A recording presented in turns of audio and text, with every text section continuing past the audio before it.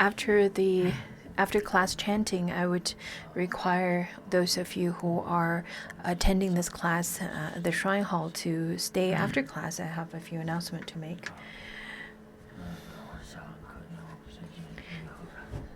So after the chanting of dedication, and only for people from in Larungar.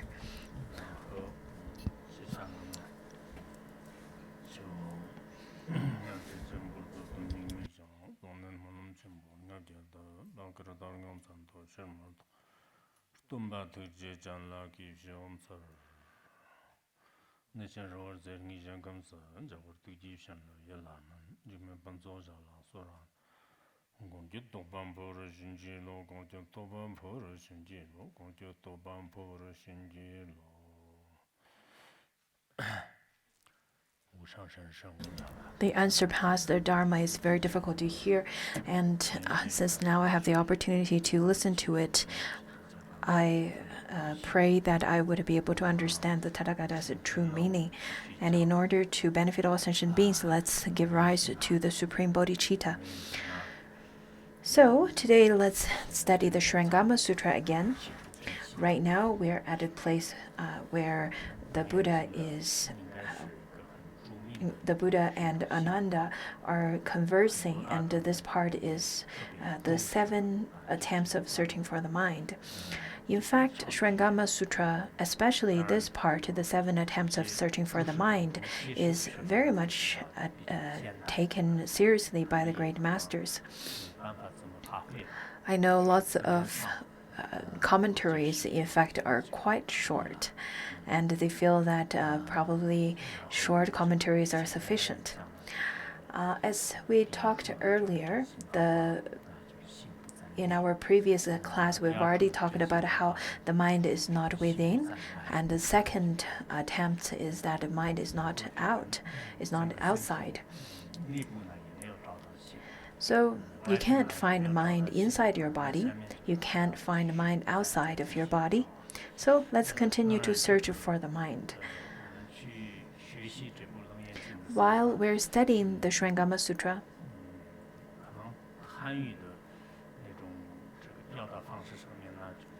I think the Chinese translation is really beautiful. However, the punctuation and the paragraphs are rather different, because in the ancient transcripts, the Chinese translations doesn't have any punctuations or paragraphs. I myself didn't really have enough time to go over it very thoroughly in terms of the punctuation and paragraphs. However, I consider myself as being very responsible. And I've read through lots of commentaries and distinguished lots of the differences among different commentaries. I also read into the Tibetan version of translation, which are rather quite simple to understand. The Tibetan translation is really beautiful as well. On top of the literary translation of Tibetan language, the meaning of the Tibetan translation is very easy to understand as well. According to Qianlong Emperor's prologue before the translation, he stated that the 4 languages should be included for all the translations of sutras, including Manchurian and Mongolian, the Chinese, as well as Tibetan. So that's written by the Qianlong Emperor in the prologue of the translation. And inside that prologue, he said that in the Chinese Tripitaka,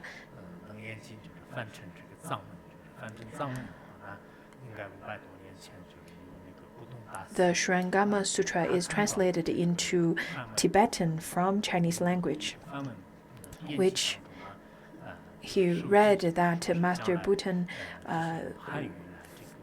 made a prediction 500 years ago, where he said that the Surangama Sutra will be translated back into Tibetan language after 500 years, which is exactly at the time of Qianlong Emperor.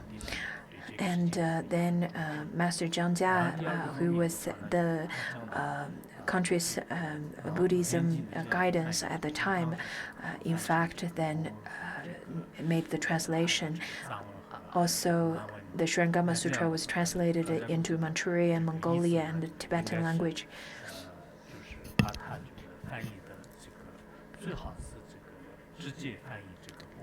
And Qianlong Emperor's guidance to Master Jiang Jia was that it is the best to translate the sutra as it is, and you don't really have to. And he advised that the translators should not then use unnecessary beautiful language, and it is just like how you should provide food for people who are hungry and provide drinks for people who are thirsty, rather than trying to flowery the unnecessary. Therefore, that's the guideline for the translation. And if the translation could be easy to understand as well as easy to read, then that would be of great benefit to the sentient beings. I feel that the Qianlong Emperor is a great emperor. He became an emperor and started ruling the country at the age of 25, and he stepped down the throne at the age of 85 and passed down the throne to his heir. And during the 60 years of his reign, he supported Buddhism quite greatly and protected the teachings of the Dharma. So the Dharma was in fact quite prosperous during that time. And he then also, his way of translation or his inspiration actually came from his grandfather, who was the emperor of Kangxi, and he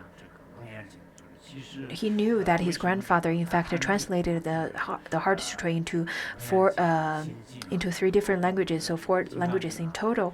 Therefore, he was really inspired, and he made the decision of translate the sutras into 4 languages as well, to include all the sutras in 4 languages. I think the propagation of the Dharma, in fact, matters quite. Have great influence because of the different reigns under different emperors, such as Emperor Kangxi, Master Yunzheng, Master Qianlong. And not only these emperors would protect the Mahayana teaching, they also themselves are great practitioners. So from the historical aspect, from the historical point of view, if the emperor would very much prioritize Buddhism and Buddhism practice, then the emperors would gain great benefit from the Dharma by bringing peace and prosperity to the society, as well as propagating the Dharma to the society. That would also benefit the citizens in their country. So let's continue with today's teaching.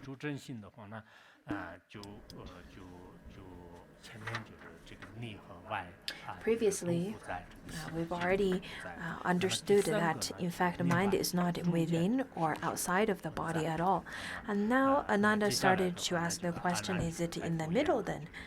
So Ananda then said that, well, world-honored one, as you have said, my mind does not see that. See what is in my body, it is not within it. And if my body and mind knew each other, they are not separate. And my mind.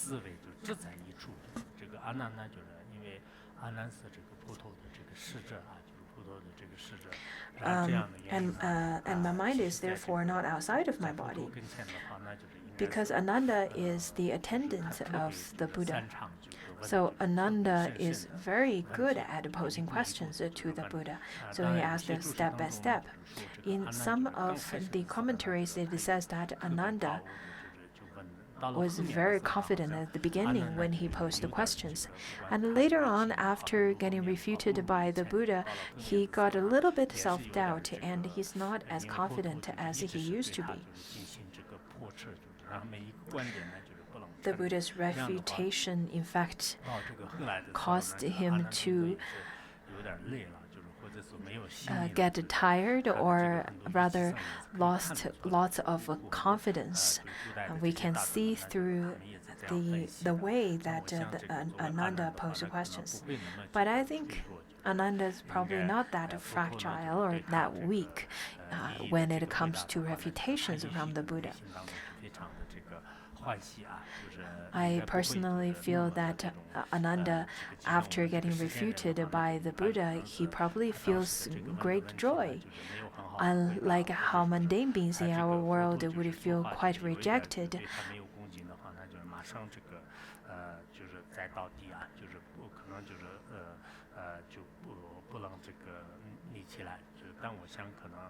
They probably won't be able to ask questions again as mundane beings, but Ananda is completely different.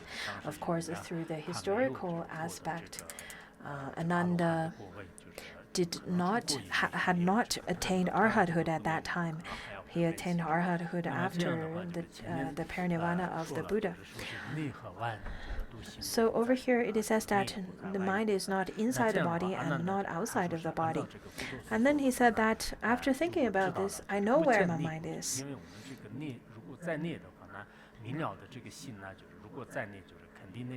If the mind is inside the body, then the mind should clearly know what's going on inside all the organs or inside the body, should be able to illuminate everything inside the body. So it's not inside the body.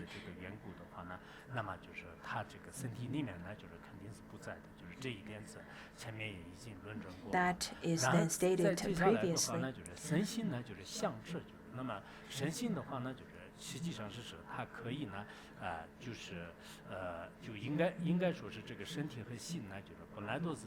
In fact, body and mind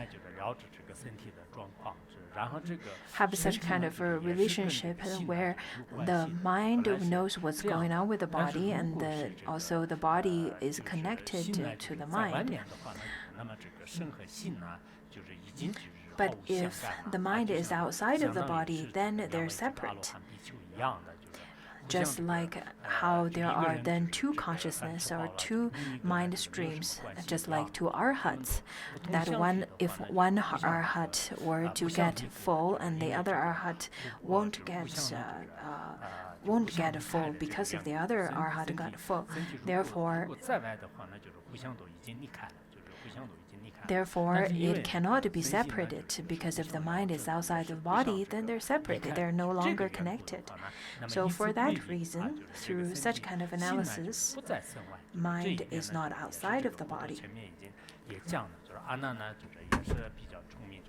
Ananda, in fact, is very smart, and right away he knows, oh, I know, the mind is not inside, and it is not outside. I know it very clearly. But now, let me think about it. So Ananda is very good at posing questions, and he's very extensive when it comes to knowledge.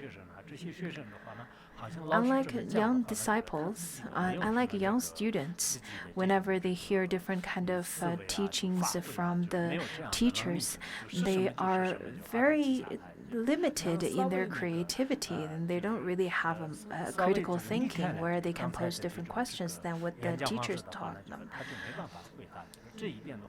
If the teacher were to ask the student a different question, then the students are not able to answer it. Rather than that kind of, in fact, compared to that kind of student, Ananda is very different.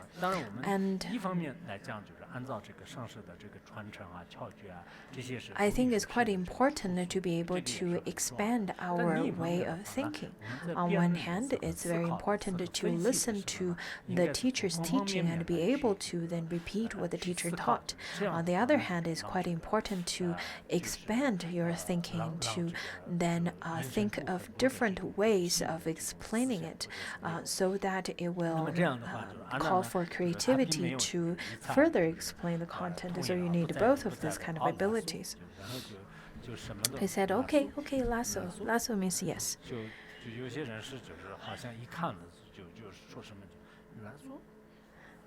There are people who are too obedient, and they would say, okay. I think if Ananda is like that, then the Buddha won't be able to give that much of the teachings.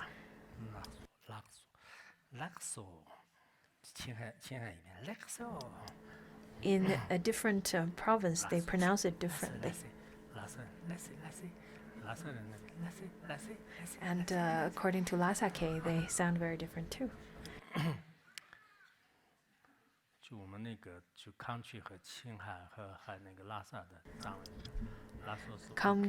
From Kham area and from Lhasa area, the expressions people use when it comes to say okay is very different too.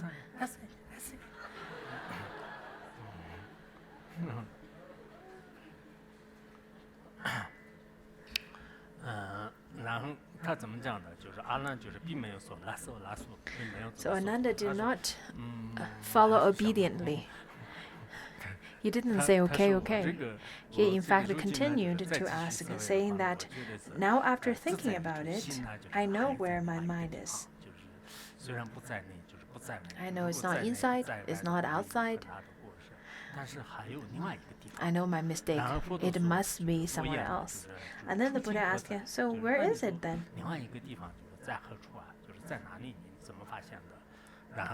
And then Ananda replied, since my knowing mind does not see what is in my body, but can see things outside, I think it is hidden in my sense organ. It must be hiding in my physical faculty.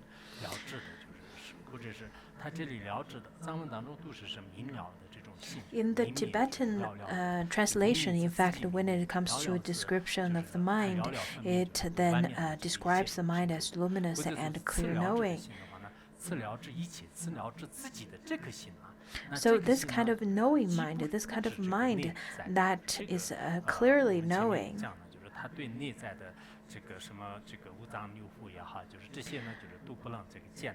does not see the organs that's inside the body, so it doesn't know what's going on inside the body. But at the same time, it could see things outside. It doesn't see anything in the body, but it can see things outside. Just as when the Buddha used his soft and gentle hand, then when the eyes see it, his mind then make the discernment and such kind of thought that it's such a beautiful and gentle hand. So such kind of discernment is made at the time when the eye sees. Therefore, Ananda came to his conclusion saying that I think it's hidden in my sense organs.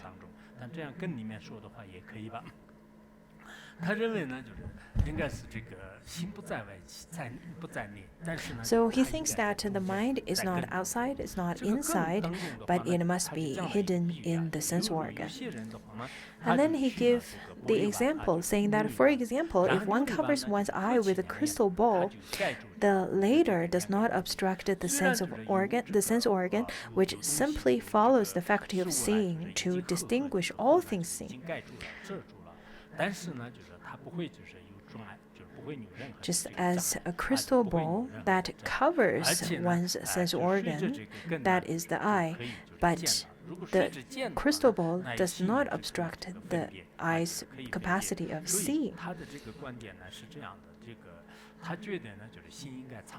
So he thought that the mind must be hidden in the eye. Over here, it says a crystal ball. In some commentaries, it says that it is a bowl that is made of crystal. Sometimes it is translated as a cup that is made of crystal. But over here, the Chinese translation, in fact, the word means a thin layer of plate. So a crystal plate. Then there are glasses, and there are the eyeglasses that we wear nowadays. So sometimes the crystals at that time, it could be the colored crystals of the different colored shades that we would wear nowadays. It's a similar kind of function. Master Oyi, in fact, in his commentary, he said that they are just crystal-made eyeglasses. At that time, there's no glasses yet. Therefore, the glass plates are made of crystals. Maybe there are different kinds of colors, tinted colors of the crystals. So when you wear different shades of crystal plates,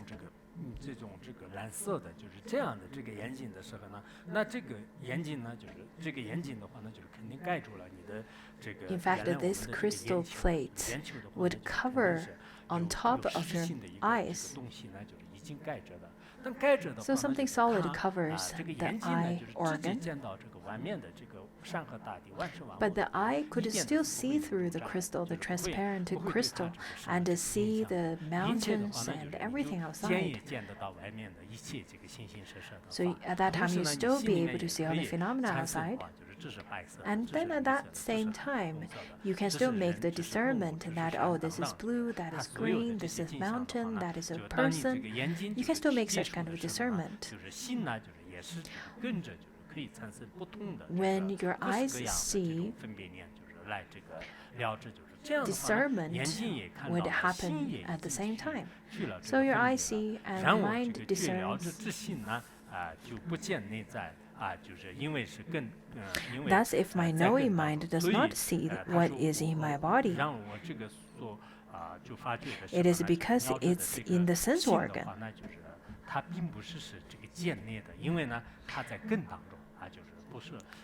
Because mind resides in my sense organ, it is not inside the body, but it resides in my eye organ.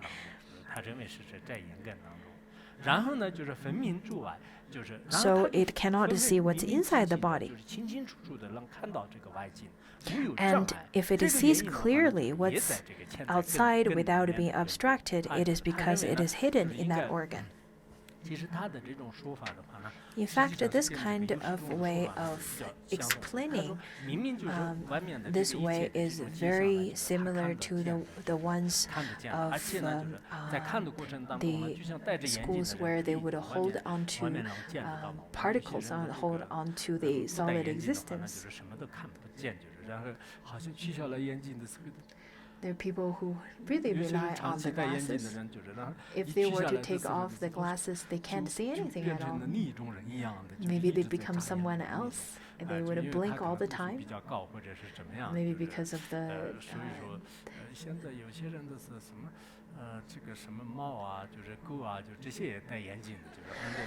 maybe because of they're so used to the glasses. And nowadays, people would even give the cats and dogs to wear glasses as well. And then they would dress up the dogs and cats with glasses and shades. And similarly, they would dress up their children with shades. There are people who can't see anything at all after they take off the glasses. So the rationale of Ananda is that the consciousness or the mind stays within the eye organ.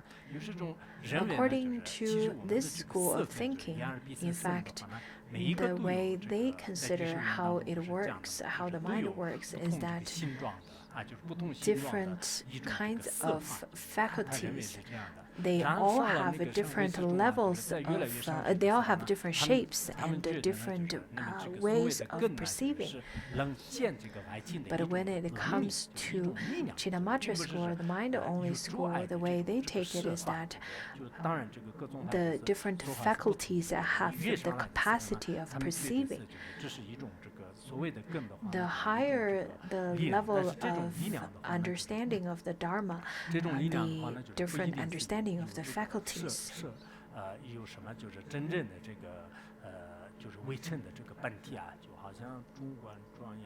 According to the commentary of the ornament of Madhyamika, it explains more in detail.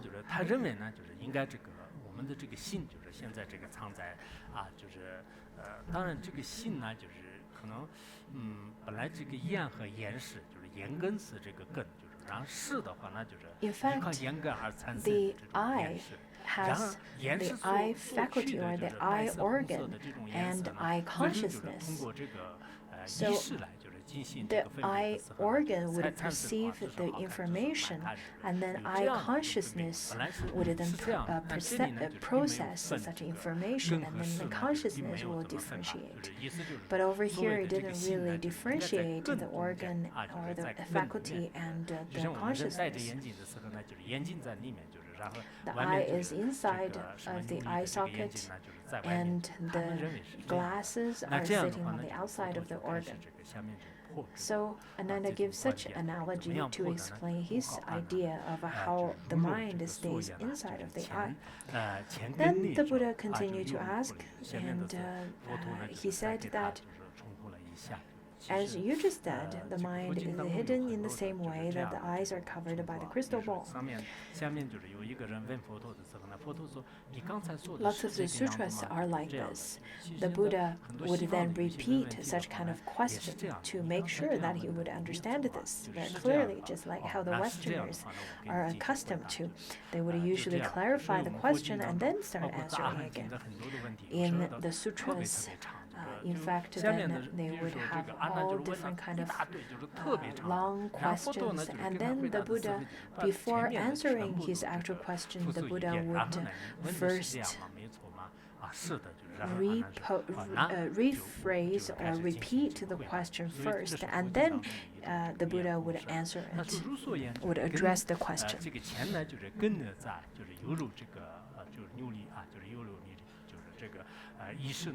As you said, that the eyes are covered by crystal ball, and when one so covers them and sees the mountains and rivers, does one also see the bowl? Does the one also see the crystals? Over here, the bowl, in fact, it's a wrong translation. It should be the eyeglasses. So can you see the glasses? If you were to wear the glasses, of course you can see through the glasses and see the mountains and rivers. But the glasses are covering or sitting in front of the eyes. And then the Buddha asked, then can you see the glasses still? Ananda then replies, saying that, yes, world-honored one can also see the glasses. Ananda answers very quickly, saying that yes, of course. If one wears the crystal glasses, although it is blocking the eye or organs, but the person could still see what's outside, could also still see the phenomenon. Of course, over here it is based on the fact that the glasses are transparent, otherwise you won't be able to see.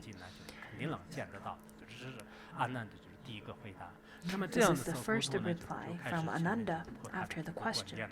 And then the Buddha continued to say, if your mind is like the crystal glasses, when you see the mountains and rivers, why do you not see your own eyes?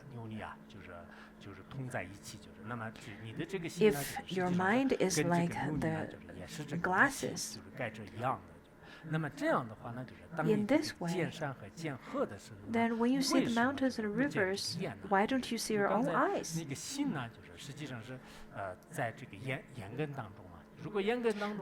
Because over here it is based on the contention that the mind is then in the eye organ.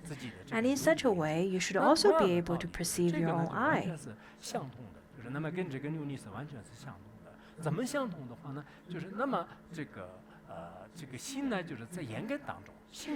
If mind is in your sense organ, such as the eye, then your eye should be able to see, to directly see your eye organ.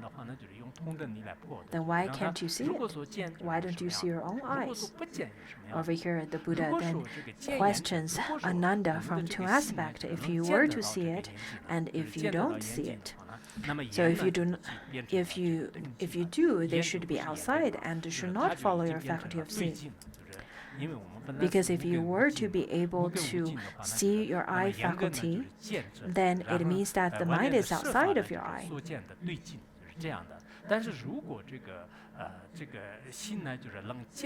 If the mind could see the eye organ, then it shows that the eye is what you perceive, which would be the object of perceiving. Then in such a way, your eye is no longer performing the function of seeing, rather your mind is seeing, therefore it is no longer the organ, it is then perceived as the object that is seen by the mind.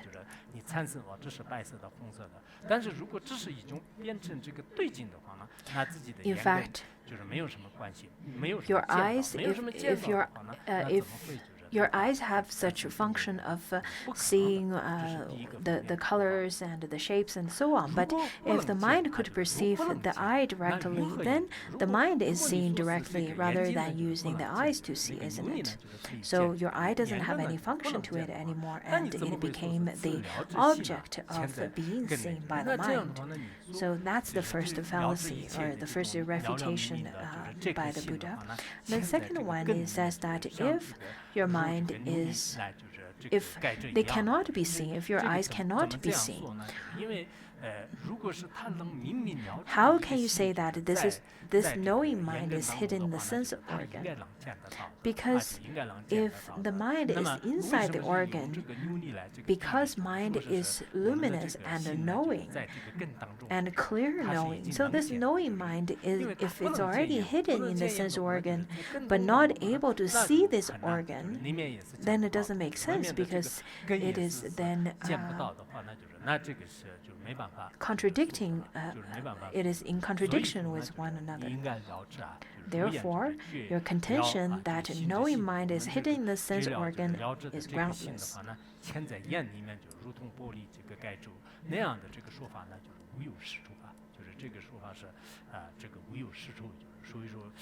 It is a wrong contention, so the Buddha pointed out. The way the Buddha refuted Ananda was through the two ways. So one is that if the mind is like the crystal glasses, then there are two possible results that comes from such kind of analogy. The first one is that the mind could see the eye, and the second one is the mind cannot see the eye. If the mind could see the eye, then in such a way, the eye no longer has a function of seeing anymore, but it is rather perceived as an object of being seen by the mind. And the second result is that you cannot see the eye. Then in such a way, then the mind lost its knowing and luminous characteristic of knowing. So in such a way, it is then in contradiction of one another. As Ananda stated that if the glasses are like the mind, then once you see through the eyes, once you see through the glasses, you should be able to see the external phenomena.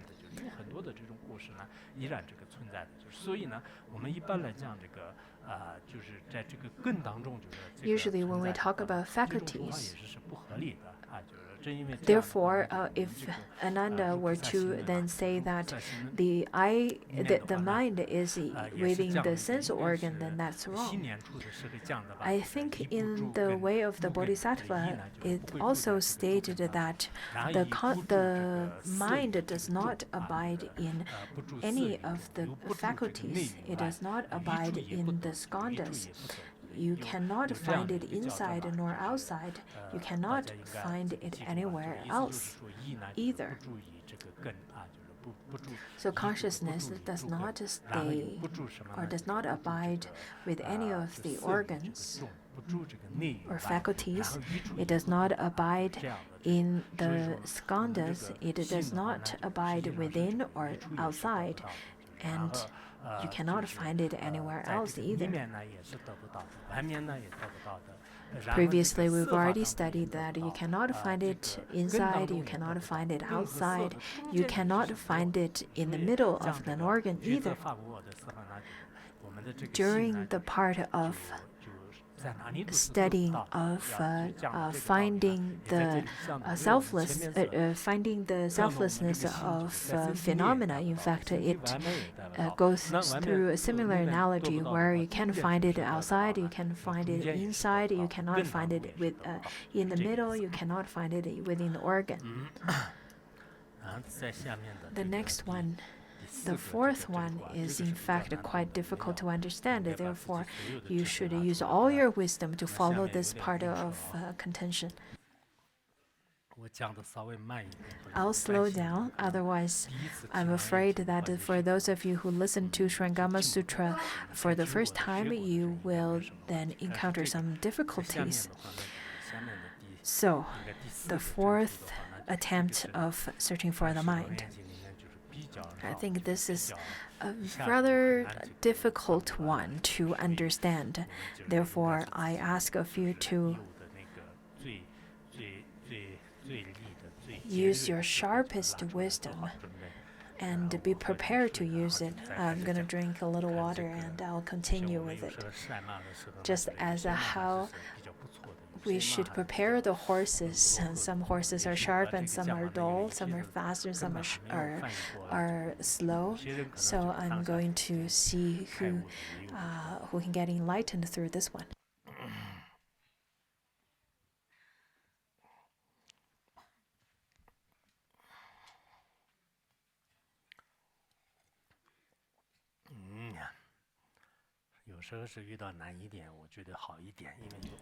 Sometimes I feel it's really wonderful to study something that's rather a little bit more difficult, because there are lots of people who are rather quite prideful, and if it was not for some difficult knowledge that they won't be able to understand, then it won't distract their arrogance. Over here, Ananda asked, "World-honored one, I now think of the glasses concealed in the body of the aperture of its surface." So Ananda is very determined to understand for how and where is it the Tao is concealed. Over here, it is says that all sentient beings, in fact, it has two parts, because the bowels and all the organs are then concealed in the body, and the apertures are on its surface. For sentient beings, despite human beings or other animals, they have organs inside, and they have different apertures on the outside or on the surface.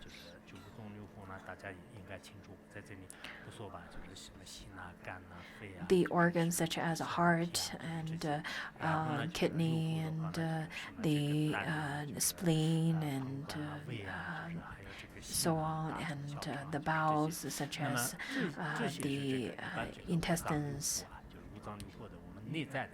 So within the body, in fact, there are different kinds of organs. And outside of the body, or on the surface of the body, there are different kinds of orifice or apertures, as we usually call it, the 7 openings or 7 orifice.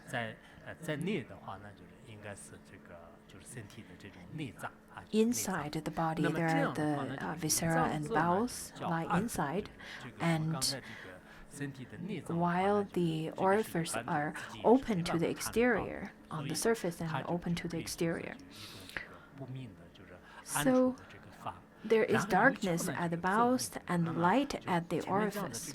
Therefore, whatever is hidden inside the body are then in darkness, but whatever is on the surface, on the exterior of the body, then they are in light.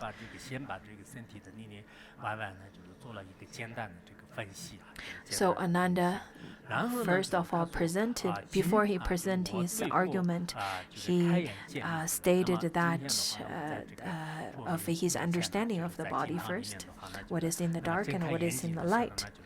And then Ananda continued to say that now as I face the Buddha and open my eyes, I see light, and that is to see outside.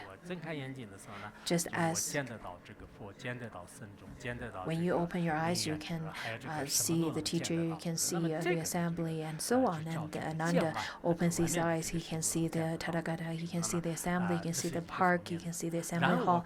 So Ananda continued to say that when I close my eyes and see darkness, that is to see within.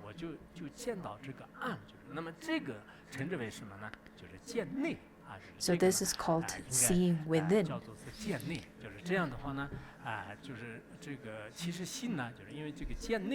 In fact, seeing inside is the contention that the Buddha will refute mostly over here. He did not refute of seeing outside. And then Ananda said that, well, how does that principle sound? How does that idea sound to you? I think Ananda is quite good at posing questions. Rather than, I feel lots of people would not continue to ask questions. They would just say okay or yes and just simply listen blindly without thinking for themselves. So Ananda is more intelligent than we are. And Ananda's idea is that when we close our eyes, we then see the darkness. I think in some ways it probably fits other people's idea as well, that when we close our eyes, we see this darkness.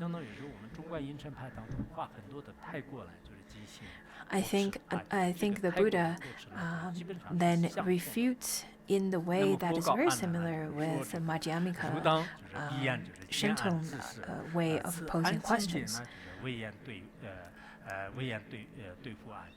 And then the Buddha said to Ananda, when you close your eyes and see darkness, does the darkness you experience lie before your eyes?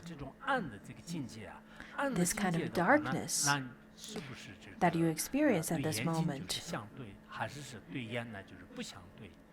does it lie before your eyes? In the Tibetan translation, it did not say lie before your eyes. It actually says that did such darkness touch your eye organ or touch your eyes? In some ways, you could explain it, but What it means here is that when you see the eye, when you see the darkness, does the eye perceive the object of darkness? I think this is an easier way of understanding it. According to the Theravada teaching, in fact, the object and the organs do not completely touch one another. But according to Abhidharma, one of the Abhidharma teaching, where it says that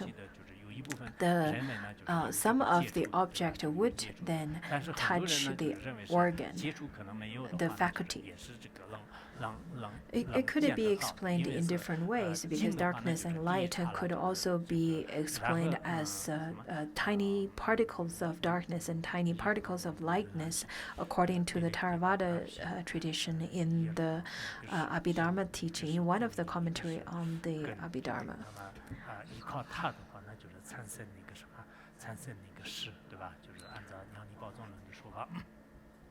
And according to Pramana, then the teaching is a little bit different.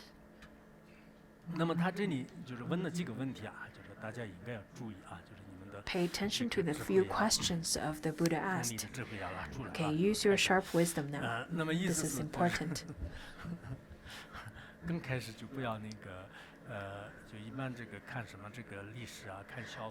I think when people watch movies,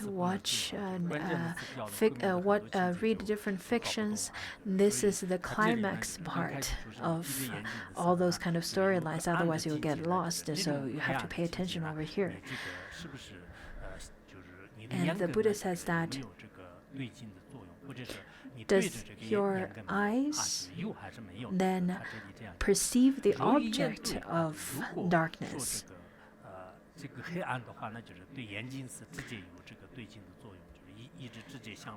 And if it is, if it were within, then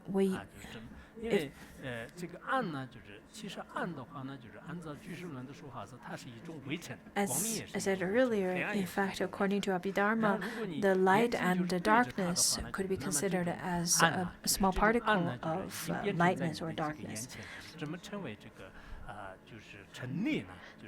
So the Buddha said that if you were to say that darkness is the object of your eye, then the object would be the outside of your body.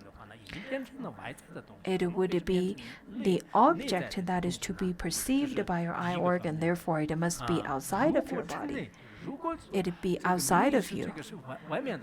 It would be other than you. But then you would call it to be seen within.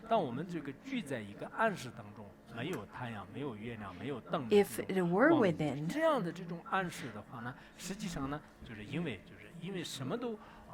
then when you are in a dark room without the light of the sun, the moon, or lamps, then the darkness in the room would constitute your stomach, the three parts of the stomach. In fact, the different organs or viscera and bowels in your body. If you were to say that the darkness became the object that to be perceived by your eye organ, then such kind of darkness also becomes your organ, and it is no other than your organs. It is part of you. In fact, darkness, if it were seen by you, then you think then it could be called as your organs, or the object of your perceiving as well as the capacity of seeing. Did you understand that? That's the first logic link.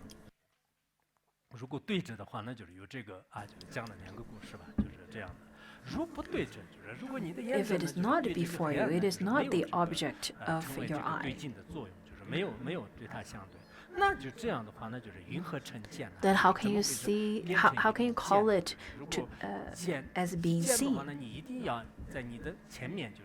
Because if you were to see something, then it has to be perceived by your eye, and it has to be the opposite of the eye organ, and then you can perceive it, isn't it? It has to be other than your eye organ.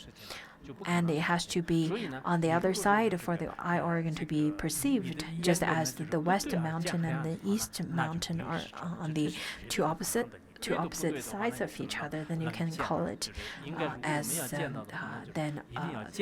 other. So if you do not see the other, is it then being blocked by something else in between?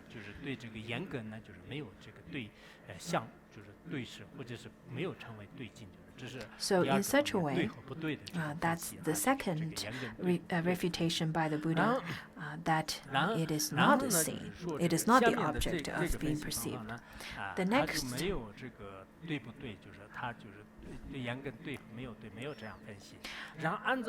the Buddha then continued to refute. Because Ananda thinks that he sees inwardly. So the Buddha then started to refute of the inward seeing. And he said that if you assert that there is an inward seeing that is distinct from seeing outside, the punctuation of the Chinese one should be switched, should be changed. If it is not opposite to your eye, how can there be any seeing? So the Buddha said that if you say that the seeing inwardly is then depart from seeing outside, is distinct from seeing outside, and in that case, when you close your eyes and see darkness, then you would be seeing inside the body, isn't it? So the Buddha then refuted in this way, saying that if you were to say that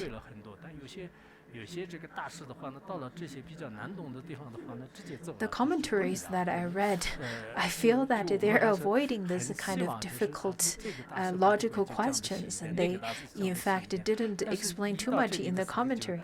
But what I found is that they got very concise.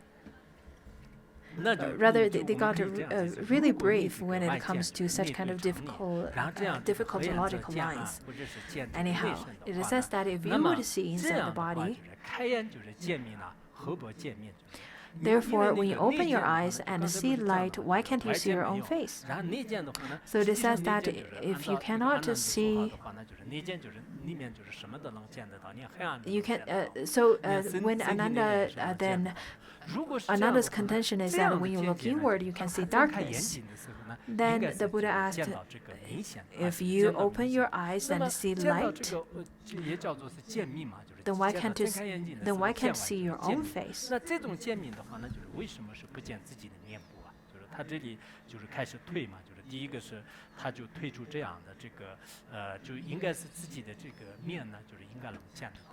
Because if once you open your eye organ, you should be able to see your face first.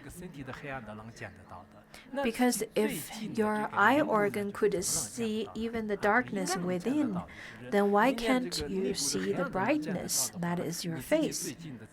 Because your face would be the closest one to you.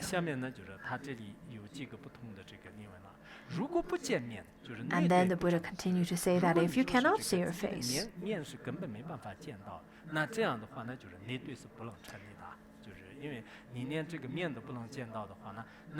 then there can be no seeing within. How can you see the darkness within? It doesn't work that way. If you can see your face, that's the second refutation based on the previous one. It says that if you can see your face, then your mind that knows and understands, and your organs of vision as well must be suspended in space. how can they be part of your body then? How can it be inside your body then? It doesn't work in such a way.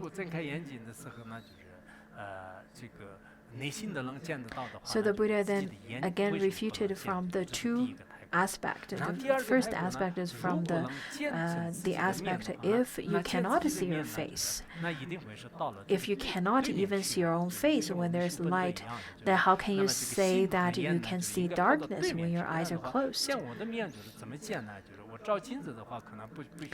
There's the commentary.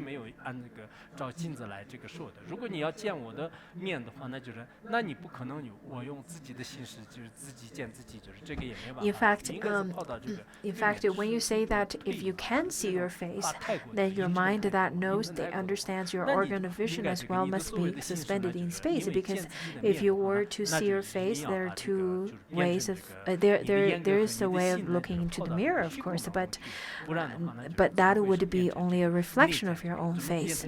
But if your organ could see your face, the organ of eye that sits on your face to see your own face in such a way, then your mind would be suspended somewhere in the space to see and clearly know your face outside of your body. Then the mind cannot be part of your body anymore because it's in the space and perceiving your face. Sometimes people would say that there are different kinds of out-of-body experience where the consciousness would be half floating in the ceiling and looking at your own face. There are some kind of experiences like that. But in such a way, then your mind is suspended halfway or in the space and perceiving your own body. So, in such a way, then it's separated than your body. And in such a way, if the Tathagata at that time sees your face, wouldn't the Tathagata also be part of your mind? Wouldn't the Tathagata be part of your body?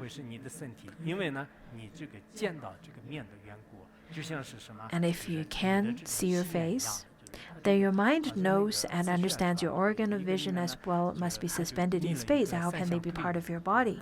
And if they're in space, then they're not part of your body. Otherwise, the Tathagata who now sees your face would be part of your body as well. Master Zixuan then over here made the threefold argument, where then it first says that if your body is, if you could see your own face, then it shows that your mind is then in the space. And then at that time, if the Tathagata in the space will also sees your face, then the Tathagata also be part of your body.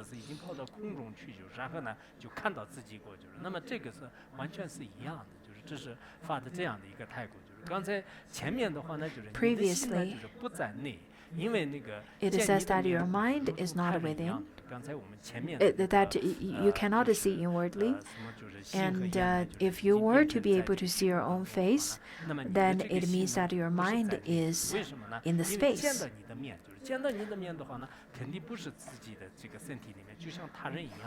Then your mind is perceiving or looking at your face just as someone else is looking at you as the object of perception.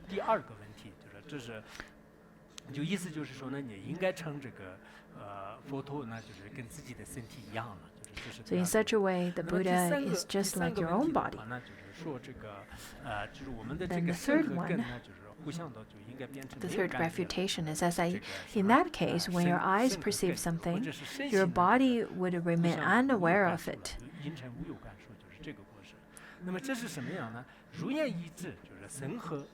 So the fault of not perceiving when your mind is somewhere else and your body is here. Because when your eye could perceive, when your mind could perceive your face, because your mind would be outside in the space, isn't it? Because it's perceiving your face. But at that same time, could you feel your body? So maybe your mind and your eye organ is somewhere floating in the space. And then if you were to press the point and say that the body and the eyes each have an awareness, or can you be aware of such kind of pressing? Could you feel your body? Could you be aware of it? If you were to be able to look at your own face, perceive that, and then at the same time feeling your body being pressed, then you're having two mind streams. That means that you have two consciousness or two minds. Then once you attain enlightenment, you become two Buddhas. Did you understand that? Okay, I'll be very interested in the after-class presentation now, because this part would be very difficult to understand, and I'll particularly ask you to repeat this part.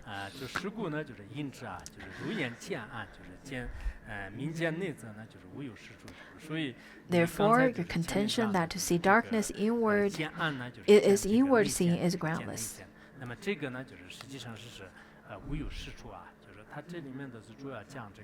It is impossible. So over here, it shows that the mind that resides in the middle of the organ is then impossible and groundless. Just as in the Sixth Platform Sutra, it says that if you do not recognize what the mind is, then you won't be able to receive true and genuine benefit of studying the Dharma. So the genuine nature of mind, if you don't understand it, if you don't grasp it, then it will be very difficult to understand and to continue the study. I read in a book where it says that, in fact, mind, not only it could... I read in a book where it says that we should recognize mind when it is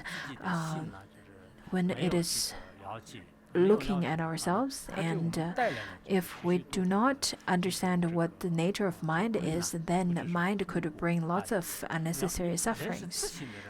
But for people who recognize the nature of mind, then they can enjoy the freedom and rest at ease at any time. So without knowing what the nature of mind is, maybe mind, it's really nothing, but it brings lots of experience of suffering to you.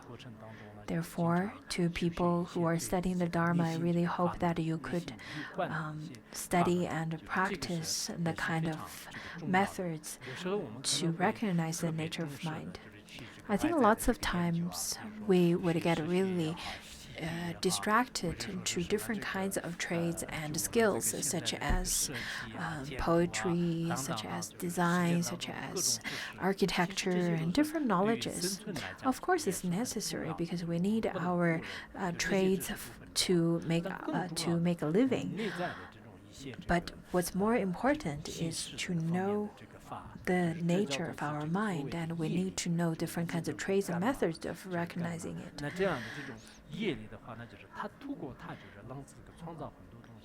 In fact, through karma, we could make lots of... In fact, through the energy of power, there are lots of possibilities of fettering yourself. Just as how fools are fettering themselves up from all the different kinds of emotions and afflictions. Just as the story I've heard that in ancient times, a person who's named as Lo Kuang, and he invited his friend to his home, and they were drinking together. And after drinking, the friend exhibited some discomfort and then left Lo Kuang's house and went back home. But after the friend went back home, he got gravely ill. And then Lo Kuang went to see him. and asked him what happened. The friend answered that I saw that there was a small snake that sits in the middle of my wine cup, and I carelessly drank it in my stomach, and then I think I'm dying because of that. Then Le Guan went back home and saw that there is a reflection of there's a reflection of the arrow on the wall where would reflect like a snake shape. So Le Guan understood that really the friend was really scared of his own imagination. So Le Guan then invited his friend to come to his home, and his friend came, and Le Guan showed him the reflection in his cup. And the friend got really frightened upon seeing another small snake in his wine cup.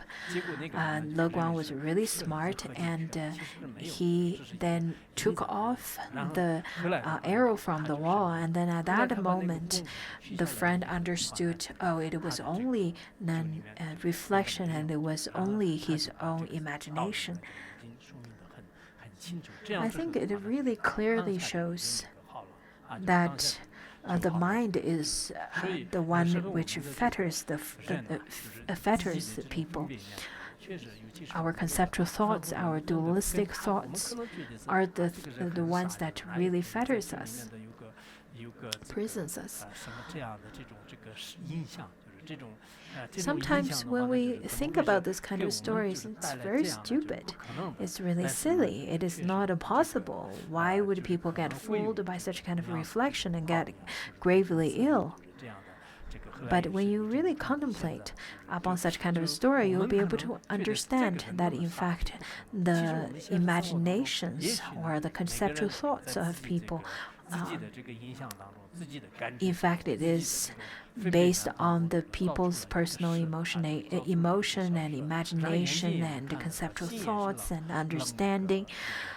Because at that moment, the friend saw that snake.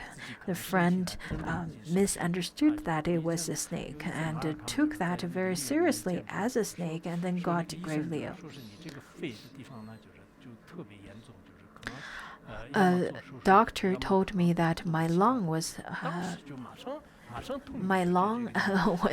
having some big problem. I had to then go through a surgery right away, and right away I felt that there's a pain in my lung, and then I went to Chengdu, and the doctor, after detailed checkups, and the doctor said there's nothing happening to your lung, and right away I felt that there's no pain around my lung area anymore. I think it's really just all mind. Therefore, we really need to understand the nature of mind and to watch and to see what the true mind is. I feel Vajrayana teaching is much simpler than the Surangama Sutra. And the Surangama Sutra's way of finding where the mind is more difficult than the Buddhist logic. I think we'll stop here today.